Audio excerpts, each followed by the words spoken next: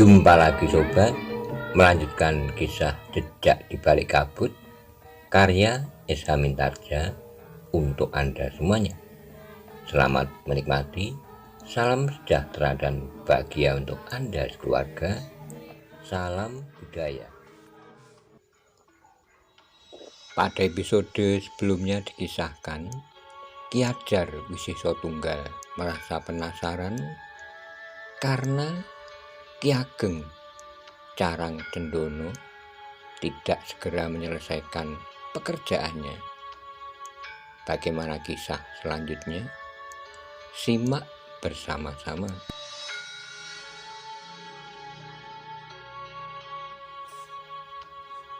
Jangan bermimpi, kau tidak sedang tidur Ki Panengah.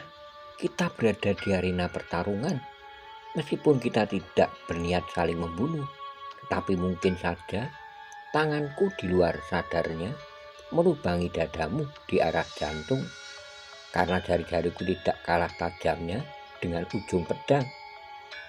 Jangan terlalu garang Kisanak. Bukankah kita tidak mempunyai alasan yang kuat untuk saling bermusuhan? Muridmu yang bernama Paksi itu adalah sumber dari permusuhan di antara kita. Persoalan anak-anak itu akan dapat diselesaikan dengan baik tanpa melibatkan orang-orang tua seperti sekarang ini. Kau tentu melindungi muridmu yang sombong dan keras kepala itu. Ki Panengah tertawa katanya. Sebenarnya aku malu kepada para prajurit yang menonton permainan ini. Orang-orang tua masih harus menari-nari di gelanggang seperti anak-anak bermain jamuran di saat bulan terang. Itulah sebabnya murid-muridmu juga menjadi orang-orang sombong, karena kau sendiri juga seorang yang sangat sombong. Aku sama sekali tidak bermaksud menyombongkan diri di sana.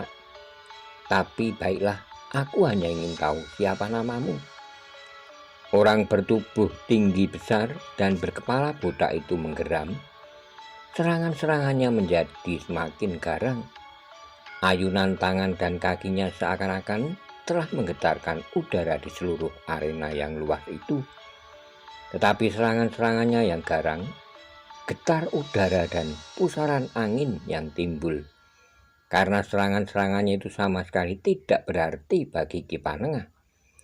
Kau belum menyebut namamu, desis Ki Panengah sambil melompat menghindari serangan orang berkepala botak itu. Namun tiba-tiba saja tubuhnya berputar dengan cepat. Tangannya terayun menyambar kening lawannya sehingga lawannya itu tergetar selangkah surut. Pandangan matanya menjadi baur sesaat. Orang itu justru melompat surut untuk mengambil jarak, sedangkan Ki Panengah sengaja tidak memburunya. Dibiarkannya orang itu memperbaiki kedudukannya. Namun terdengar Ki Panengah yang melangkah mendekatinya berdesis, "Sebut namamu Kisanak. Jangan takut bahwa aku akan menenungmu. Tidak ada seorang juru tenung pun yang dapat menenungku," geram orang itu. "Karena itu sebut namamu." Orang itu termangu-mangu sejenak dengan suara yang bergetar. Ia pun kemudian berkata, "Namaku Surodigo." "Nama yang bagus," berkata Ki Panengah. "Sayang jika nama itu menjadi cacat karena tingkah laku pemiliknya." "Persetan, kau tidak akan dapat mencoba mempengaruhi aku dengan cara itu. Aku akan tetap menghancurkanmu sekarang."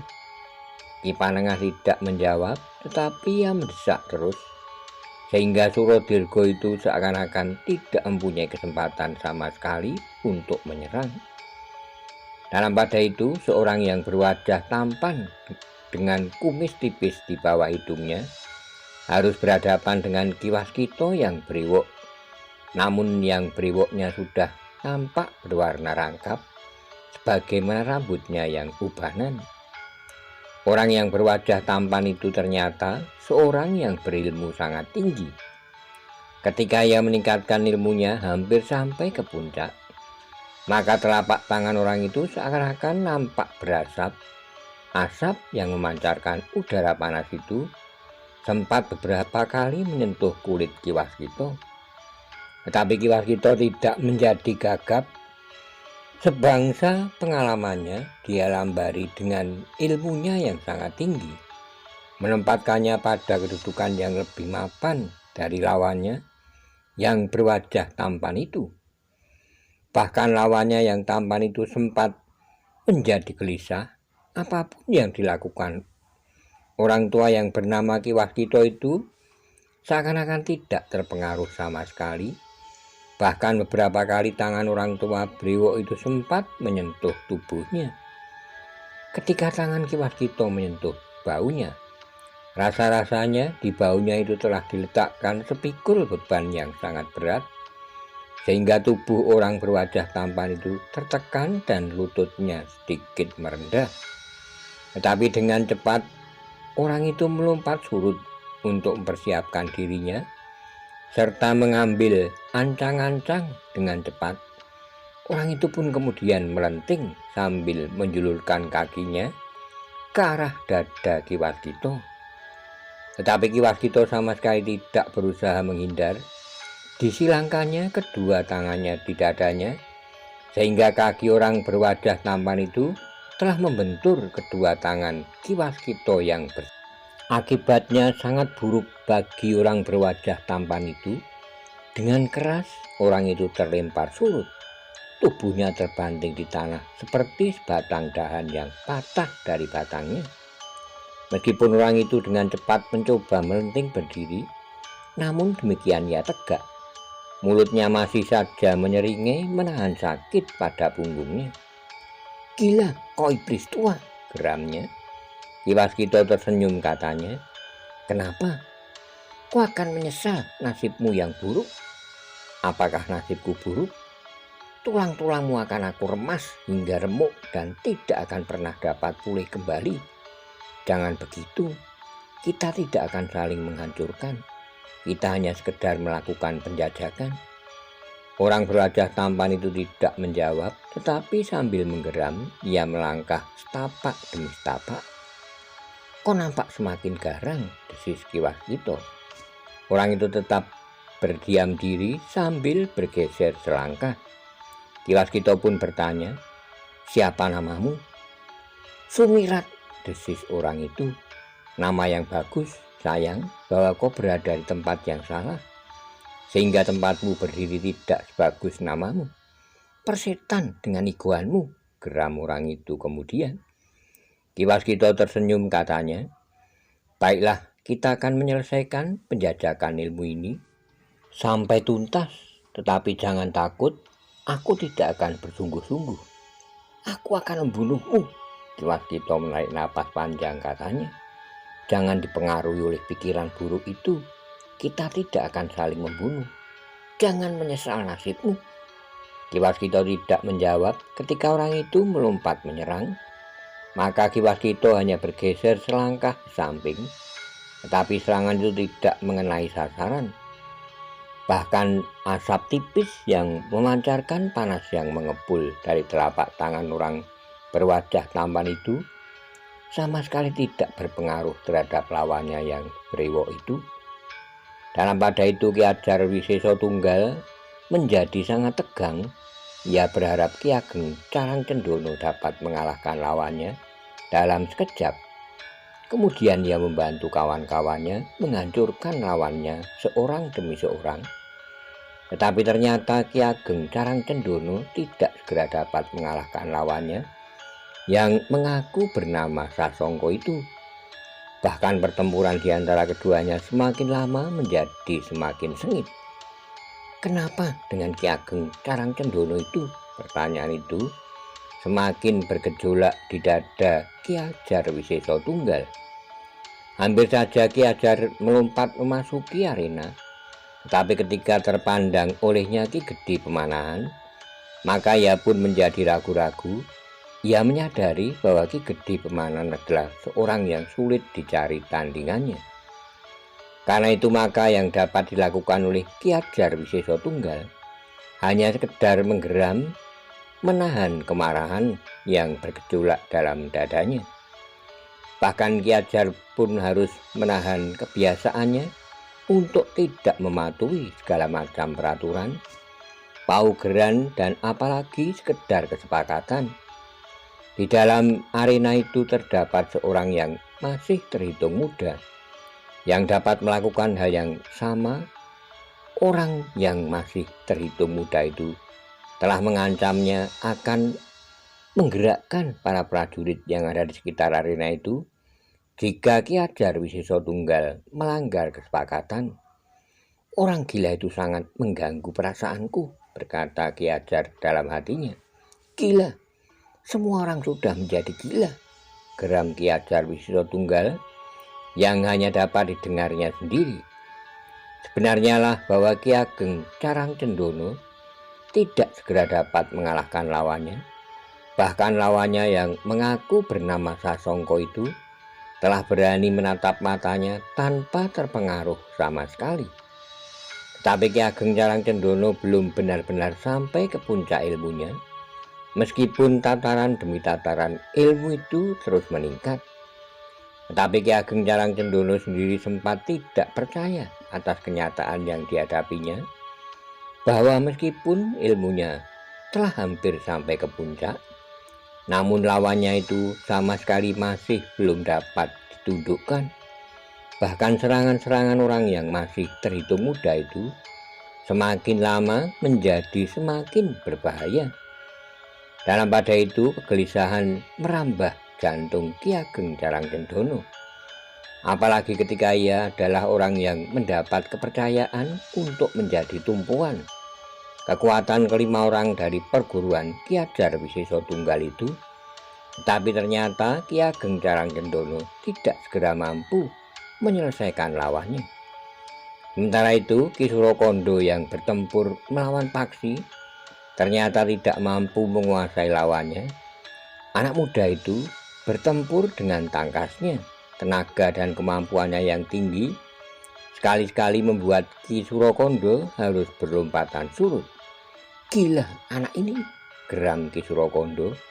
Ternyata yang dikatakan oleh Semburwangi tidak berlebihan dan tidak dibuat-buat, sekedar untuk menutupi kekalahannya. Namun Ki Surokondo memiliki kelebihan dari Ki Semburwangi. Karena itu Ki Surokondo yakin bahwa ia akan dapat mengalahkan dan menghabisi Paksi, menawannya dan membawanya ke padepokannya. Tetapi kegelisahannya pun menjadi semakin besar ketika ia menyadari bahwa orang yang diandalkan Ki Ageng Carangcendono masih belum mampu menguasai lawannya. Bukan karena Ki Ageng dengan sengaja mengulur waktu, tapi ia benar-benar dalam kesulitan. Jika ia mengulur waktu, maka Ki Ageng benar-benar tidak bijaksana, karena beberapa orang yang lain justru mulai. Jika Ki Ajar Wiseso Tunggal menentukan bahwa penjajakan ilmu itu dilakukan dalam keutuhan dari 5 orang yang turun ke arena dari masing-masing pihak, adalah karena Ki Ajar berharap bahwa Ki Ageng akan dapat menyelesaikan masalah jika yang lain mengalami kesulitan. Tapi ternyata Ki Ageng sendiri yang dianggap memiliki ilmu tanpa tanding tidak dapat segera mengalahkan lawannya. Dengan demikian maka semua gambaran dan angan-angan yang telah memenuhi kepala Ki Ajar Wiseso Tunggal dan orang-orangnya itu mulai menjadi kabur. Mereka mulai menjadi ragu bahwa Pajang akan berpaling ke padepokan mereka, bahwa para senopati akan mengirimkan anak-anak mereka bergabung dengan perguruan mereka. Angan-angan mereka bahwa bantuan Pajang bagi padepokan Ki Panengah akan beralih ke padepokan Ki Ajar Wiseso Tunggal pun semakin buram. Dalam pada itu Ki Ageng Carangcendono menjadi gelisah pula. Ia menyadari bahwa kawan-kawannya mengalami kesulitan. Mereka sangat mengharap bantuan Ki Ageng Carangcendono. Tetapi Ki Ageng sendiri masih terikat dalam pertempuran yang tidak segera dapat dimenangkan. Dalam pada itu lawan Pangeran Benowo yang bertubuh kecil benar-benar telah kehilangan kesempatan. Ia tidak mungkin mampu menentukan pertahanan Pangeran Benowo. Bahkan jika ia mengerahkan tenaga dan kekuatannya menyerang Pangeran Benowo, maka Pangeran Benowo justru akan membanturnya. Orang bertubuh kecil itu akan terlempar dan kehilangan keseimbangannya. Dalam kesulitan itu, maka orang bertubuh kecil itu pun telah meningkatkan ilmunya sampai ke puncak. Ia tidak menghiraukan lagi akibat yang bakal terjadi jika lawannya terbunuh oleh ilmu puncaknya, maka itu adalah suatu kecelakaan. Seharusnya aku tidak membunuhnya, tetapi membuatnya tidak berdaya untuk selamanya, berkata orang bertubuh kecil itu dalam hatinya. Namun ia tidak mampu melakukannya. Karena itu maka tanpa menghiraukan akibatnya, bahkan tanpa menghiraukan pasukan prajurit yang seakan-akan mengepung arena itu, maka orang bertubuh kecil itu tiba-tiba menggeliat. Kedua tangannya pun menggeliat di depan dadanya. Kelima ujung jarinya merapat, sementara itu mulutnya berdesis seperti desis ular bandotan yang marah. Pangeran Benowo mengerutkan dahinya. Ia sadar bahwa lawannya telah sampai pada puncak ilmu pamungkasnya. Karena itu, maka Pangeran Benowo pun harus menjadi semakin berhati-hati. Apalagi ketika ia melihat sejenis cairan yang berwarna putih gelap memercik dari ujung-ujung jarinya yang kuncup itu. Pangeran Benowo pun bergeser selangkah surut. Ia yakin bahwa cairan yang berwarna putih gelap itu adalah racun. Karena itu, maka Pangeran Benowo dengan cepat menghisap ibu jarinya, seperti kebiasaan seorang bayi yang kehausan. Sejenak kemudian maka keduanya telah bertempur lagi dengan sengitnya. Kedua tangan orang bertubuh kecil itu mematuk-matuk seperti kepala seekor ular liar yang sangat garang. Pangeran Benowo harus menyesuaikan dirinya dengan gerak lawannya. Ia pun telah berlompatan pula menghindari sentuhan tangan lawannya. Namun akhirnya tangan orang bertubuh kecil itu sempat pula mematuk lengan Pangeran Benowo. Ternyata kuku-kuku orang bertubuh kecil itu sangat tajam, sehingga sentuhan ujung jarinya yang kuncup menyatu itu telah melukai lengan Pangeran Benowo. Pangeran Benowo melompat beberapa langkah surut untuk mengambil jarak. Namun orang bertubuh kecil itu tidak memburunya. Ketika Pangeran Benowo berdiri termangu-mangu, maka orang bertubuh kecil itu tertawa sambil berdesis. Aku tidak peduli apa yang terjadi atas dirimu. Dalam perbandingan ilmu seperti ini, dapat saja seseorang mati terbunuh. Tetapi itu adalah satu kecelakaan. Aku tidak sengaja membunuhmu. Pangeran Benowo berdiri tegak sambil memandang orang itu. Sementara orang bertubuh kecil itu berkata, jika racun itu merasuk ke dalam urat darahmu, itu karena kelemahanmu sendiri. Racun itu memang sudah ada dalam kantung racun di kuku-kuku. Itu bukan senjata. Karena itu aku tidak menyalahi ketentuan, karena aku tidak bersenjata. Pangeran Benowo memandang orang itu dengan tajamnya. Namun kemudian Pangeran Benowo pun berkata, tidak ada orang yang menuduhmu menyalahi ketentuan. Kau sudah berpegang pada ketentuan itu. Karena itu jangan gelisah, tidak ada yang akan menghukummu karena menyalahi ketentuan itu. Orang bertubuh kecil itu mengerutkan dahinya. Namun kemudian katanya, sayang bahwa kau akan mati. Sebaiknya kau minta diri kepada saudara-saudara perguruanmu, kepada gurumu, dan kepada semua orang di sekitar. Untuk apa aku minta diri? Siapa yang mengatakan bahwa aku akan mati? Racun itu, racun yang memercik dari ujung-ujung jarimu. Ya, racun itu setajam pisau ular. Aku sudah terlalu sering digigit ular jenis apapun. Ular dagromo, ular gadung, ular welang-weling, dan bahkan ular kendang dan ular bandotan. Tetapi tidak apa-apa. Jika racunmu hanya setajam pisau ular, maka jangan cemas, racunmu tidak akan membunuhku. Wajah orang bertubuh kecil itu tiba-tiba menegang, dipandanginya Pangeran Benowo dengan tajamnya. Namun luka di lengan Pangeran Benowo itu kemudian telah mengalirkan darah. Semula biru kehitam-hitaman, namun kemudian darah itu menjadi merah segar. Namun kemudian darah itu pun menjadi pampat kembali. Anak iblis kok kebal terhadap racun dan bisa? Mungkin Kisanak, jawab Pangeran Benowo. Orang bertubuh kecil itu pun menggeram. Tiba-tiba saja ia pun melompat menerkam. Kedua tangannya terjulur menggapai leher Pangeran Benowo.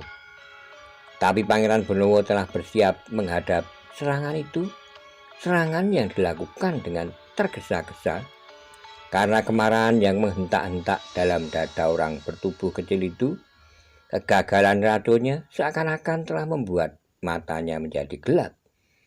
Demikian kedua tangan orang bertubuh kecil itu terjulur, maka dengan sigapnya Pangeran Benowo telah menangkap pergelangan tangan itu. Langsung diputarkannya seperti baling-baling. Orang bertubuh kecil itu berteriak, namun suaranya pun kemudian terputus ketika Pangeran Benowo melepaskan orang itu dan melemparkannya ke arah Ki Ajar Tunggal Wiseso. Kekalahan orang bertubuh kecil itu membuat darah Ki Ajar menggelegak. Karena itu ketika tubuh orang itu terpelanting menimpanya, maka Ki Ajar justru telah membentur tubuh itu dengan kedua belah tangannya. Terdengar orang bertubuh kecil itu berteriak lagi, jauh lebih keras, namun kemudian tubuhnya terbanting jatuh di tanah. Tanpa sempat menggeliat, orang bertubuh kecil itu mati justru karena membentur tangan Ki Ajar yang marah. Kau bunuh orangmu sendiri, teriak Pangeran Benowo. Orang itu pantas mati, geram Ki Ajar. Kemudian katanya, aku akan menggantikannya. Tidak, Ki Kriyo Darmolah yang menyaut. Kedudukannya telah dapat digantikan oleh siapapun juga. Diam kau, bentak Ki Ajar Wiseso Tunggal. Akulah yang memimpin pertarungan ini. Siapa yang menentukan bahwa kau memimpin dari pertarungan di arena ini? Aku, segala sesuatunya akulah yang menentukan. Tidak, aku mengambil alih pimpinan perbandingan ilmu ini. Mengapa aku akan berdiri di tengah-tengah arena? Apa hakmu mengambil alih pimpinan pertarungan ini? Sekehendakku, aku akan berbuat menurut kehendakku sendiri. Jika kau tidak senang, pergilah. Setan tua, apakah kau ingin mati? Tiba-tiba saja terdengar Pangeran Benowo berteriak, hei Ki Lurah, siapkan prajuritmu, perintahkan mereka menarik senjata mereka. Jika aku memberi syarat, perintahkan prajuritmu mencincang orang-orang gila ini. Mereka hanya mengotori padepokan ini saja. Kau tidak dapat berbuat demikian, geram Ki Ajar Wiseso Tunggal. Tergantung kepada sikapmu. Ki Ajar Wiseso Tunggal mengumpat kasar. Sementara itu orang-orang yang bertempur di arena itu seakan-akan telah mendapat perintah untuk berhenti. Ki Ageng Carang Cendana pun telah bergeser mengambil jarak. Demikian pula orang yang bertubuh tinggi besar dan berkepala botak, orang yang berwajah tampan, dan Ki Surakondo. Bahkan Ki Carang Cendana pun telah melangkah mendekati orang yang bertubuh kecil yang terbaring diam di sebelah kaki Ki Ajar Wiseso Tunggal. Kenapa kau bunuh orang ini? Desis Ki Ageng Carang Cendana. Ia tidak berarti lagi bagiku, jawab Ki Ajar Wiseso Tunggal. Orang ini sangat setia kepadamu, tapi ia sudah mempermalukan padepokan kita. Ia sudah dikalahkan oleh bocah edan itu. Kita memang dihadapkan pada satu kenyataan pahit sekarang ini. Orang-orang dari padepokan ini adalah orang-orang berilmu tinggi. Kau lihat, apakah ada seorang pun di antara kami yang turun di arena dapat menguasai lawan? Kita akan memastikan diri bahwa padepokan kita lebih berarti dari padepokan buruk ini. Kita tidak dapat bersikap kekanak-kanakan seperti itu, berkata Ki Ageng Carang Cendana. Kita harus mengakui kenyataan ini. Bahkan aku yakin bahwa Surakondo akan dapat dikalahkan oleh anak itu. Dan aku bahkan tidak yakin aku akan dapat memenangkan pertarungan ini dengan lawanku yang... Ki Ageng, sejak kapan kau menjadi seorang pengecut? Aku bukan pengecut, tetapi aku adalah orang-orang berdiri di atas kenyataan yang kita hadapi. Kita tidak dapat bermimpi indah, tetapi kemudian terpelanting jatuh ke dalam kenyataan pahit. Ki Ajar Wiseso Tunggal memperhatikan orang-orangnya yang termangu-mangu. Sebenarnya lah ia melihat bahwa orang-orangnya tidak akan mampu mengalahkan orang-orang pertama di Padepokan Ki Panengah itu. Bahkan Ki Ageng Carang Cendana sudah mengakui pula bahwa ia tidak yakin akan dapat menang atas lawannya itu. Lalu apa katamu? Suara Ki Ajar Wiseso Tunggal itu merendah. Kita pulang, lupakan keinginanmu untuk merebut pengaruh Padepokan ini. Lupakan paksi yang telah mengajar Sembur-Wangi yang hanya dapat menyombongkan dirinya, tetapi kemampuannya sama sekali tidak berarti. Lupakan semuanya. Wajah Ki Ajar Wiseso Tunggal menjadi tegang. Dipandanginya orang-orangnya yang masih berdiri termangu-mangu. Sementara itu Ki Panengah pun melangkah mendekatinya sambil berkata, segala sesuatunya terserah kepadamu, Ki Ajar Wiseso Tunggal. Apakah kita anggap bahwa permainan ini sudah selesai, atau kita akan meneruskannya berdasarkan atas kesepakatan kita, atau apa saja? Kalian telah memenangkan pertandingan ini. Ki Ageng Carang Cendana lah yang menyaut. Lalu katanya, seorang korban telah cukup, tetapi kau harus menyadari, Ki Panengah, bahwa kemenanganmu tidak berlaku untuk selamanya.